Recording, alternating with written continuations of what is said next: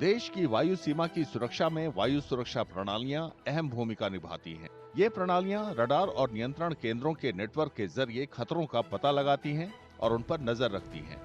इसके बाद तोपखाने और लड़ाकू विमान और जमीन पर तैनात मिसाइलों का इस्तेमाल कर उन्हें बेअसर करती हैं। राष्ट्रीय वायु क्षेत्र की सुरक्षा के लिए खतरों का पता लगाने और उन पर नजर रखने के लिए C3 फॉर्मूले का इस्तेमाल होता है। ये हैं कमांड, कंट्रोल और कम्युनिकेशन। जैसे ही खतरों का पता चलता है, उन्हें रोकने की प्रक्रिया शुरू हो जाती है।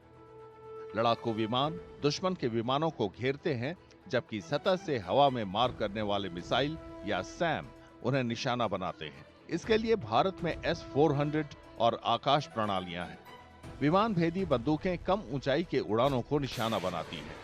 साथ ही इलेक्ट्रॉनिक युद्ध प्रणालियां दुश्मन का संचार तंत्र बंद कर देती हैं। ऐसा हवाई क्षेत्र में किसी भी घुसपैठ को रोकने के लिए किया जाता है।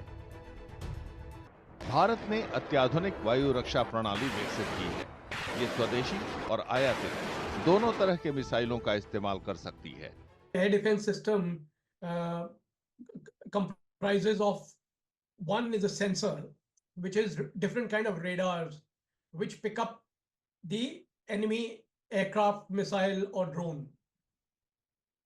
And then what it does is that it cues the missile systems, the counter system, which also comprises of missiles of different sizes. There are some missiles longer range, some missiles are shorter range. And so besides missiles, there are also air defense guns. They are artillery guns which shoot up into the sky. So these two are combined is the air defense system. So when an enemy aircraft is coming into your territory, the radar picks you up and cues the missile system, which then is ordered to fire.